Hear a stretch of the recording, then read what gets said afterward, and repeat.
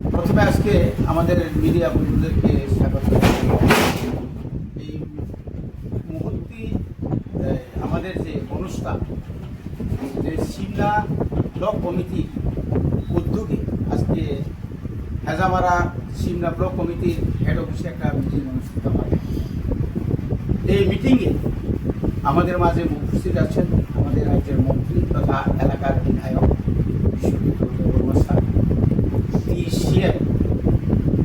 আমাদের যে district president অরুণ মজুমদার মহোদয় এবং আমাদের ব্লক কমিটির অন্যান্য সদস্যরা খুবই আনন্দিত। এবং আজকের দিনে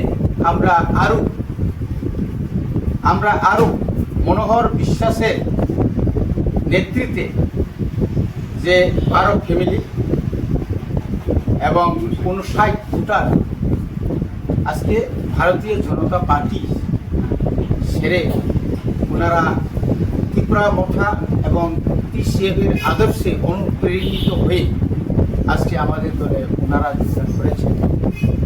আমরা খুবই আনন্দিত এবং আগামী দিনে এই সিমলা এলাকায় আমরা একসঙ্গে টিসিএফ এবং ত্রিপুরা মথা একযুগে আগামী বিধানসভা বা আগামী পঞ্চায়েত বা জেলা পরিষদ নির্বাচনে আমরা ঐক্যবদ্ধভাবে আমরা নির্বাচন লড়াই করব।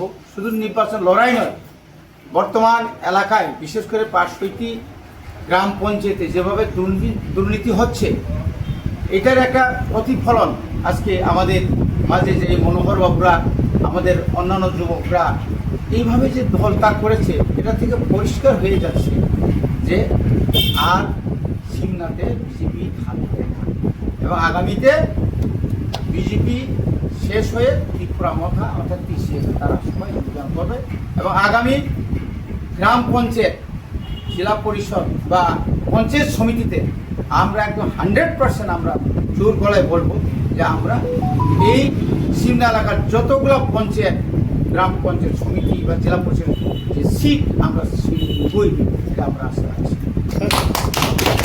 কয়েকদিন মধ্যে দেখলাম বিজেপি ত্রিপুরামটা ছেড়ে BJP 65 family 100 voter BJP join করছে। এটা একটা নাটক। কারণ এর আগে আমরা একটা প্রোগ্রাম করছিলাম, সবাই জানে যে এই সিমলা এলাকাতে মানুষ সবাই জানে যারা পুরানো বোতলে নতুন জল নাকি না নতুন বোতলে পুরানো জল। কারণ ওই লোকগুলা কি যদি আমরা হিসাব করি যে এখানে যে ওই দিনের যে ঘটনাতে কোনো লোক, নন্দী বাবুরা আগেই চলে গেছেন গত বিধানসভা এবং পঞ্চায়েতে তো সে বিজেপি হয়েই কাজ করছিল, সে কবে আবার ত্রিপুরা মথাতে বা টিসিএফে আইল।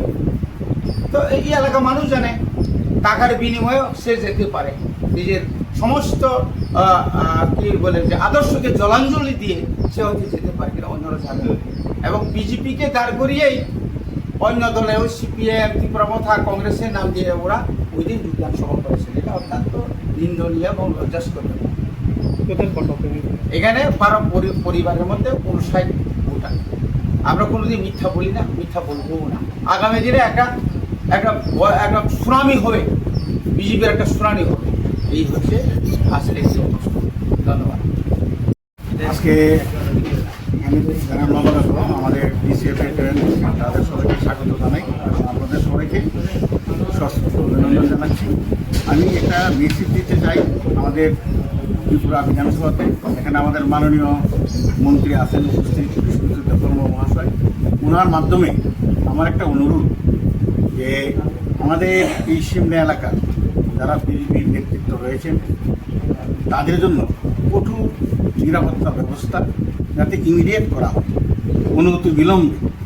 এর কারণ গত বেশ কিছুদিন যাবৎ লক্ষ্য করছি মানুষের যে পুঞ্জীবিত খুব গত 8 বছরে এটা এমন একটা জায়গা থেকে পৌঁছেছে, তার একটা স্বরূপ হচ্ছে এই যে আমাদের টিসিএফে বা ত্রিপুরামথায় জয়েন করা, আর আরেকটা স্বরূপ যেটা আমরা কীভাবে দেখুন এটা হয়তো বা খুব দুঃখজনক হইতে পারে। এই জন্য তাদের নিরাপত্তার ব্যবস্থা করা হোক। মানুষের যে ক্ষোভ আছে এটা কোন দিকে কীভাবে প্রকাশ পায় এটা কিন্তু বলা যায় না। আমরা শান্তি সম্প্রীতি এবং উন্নয়নে বিশ্বাসী। এখানে টিসিএফ এবং তীব্রমতা আর বিশেষ করে শিমনাথ সবসময় একটা শান্তির জায়গা, সবাই জানে। কারণ 2023 নির্বাচনের পরে সারা ত্রিপুরাতে বিভিন্ন জায়গাতে জ্বলছে, আগুন জ্বলছে, কিন্তু আমাদের শিমনাথে এটা সম্ভব হয় ডিউ টু আমাদের মন্ত্রী, আমাদের এমএলএ ঋষিবিদ্যু দেববর্মা এবং তীব্রমথা এবং রবীন্দ্র দেববর্মা আমাদের প্রাক্তন এমএলএ। সুতরাং এই জায়গাটাতে আমরা চাই না এখানে কোনো ক্লেশ হোক, এখানে কোনো পরিস্থিতি উত্তেজিত হোক, ওখানকার শান্তি বিঘ্নিত হোক, এটা আমি চাই না। আমার অনুরোধ এই মন্ত্রিসভার কাছে যে এই যে এখানে 2-4 জন নেতা আছেন তাদের জন্য সিকিউরিটি ব্যবস্থা করা হয়। কারণ পরে যে কিচ্ছু করলে কিন্তু আমার তীব্রমতা বা আমাদের টিসিএফকে যেন দায়ী করবেন না। কারণ মানুষের স্বতঃস্ফূর্ত সংগ্রামের সামনে আমরা তো বাধা হয়ে দাঁড়াতে পারি না, এবং এটা আমাদের ডিউটিও না।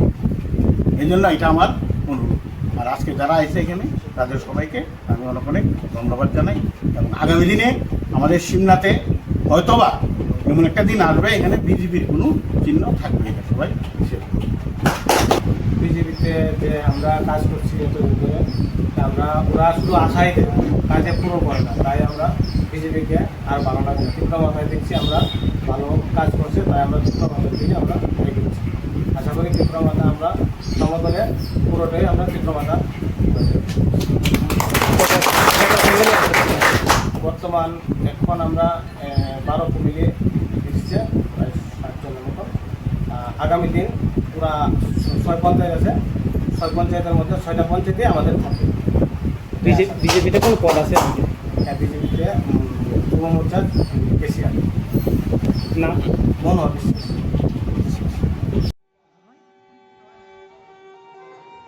दांगाइमा दांगाइ फानि सिमि चिब्रै मताइ ख्लाइजाखै फाइमानि ताबुबो जत्त राइदाको सिविनो बिसि बुरुम बुरुम हहम ददम ख्लाइ पालाइजागै तंगो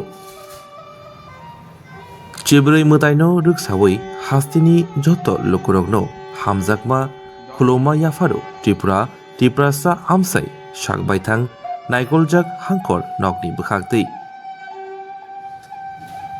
তিনি হাই गोथार साल जतनि बागिनक गाहाम तंथुन तै हामानि तबुथुन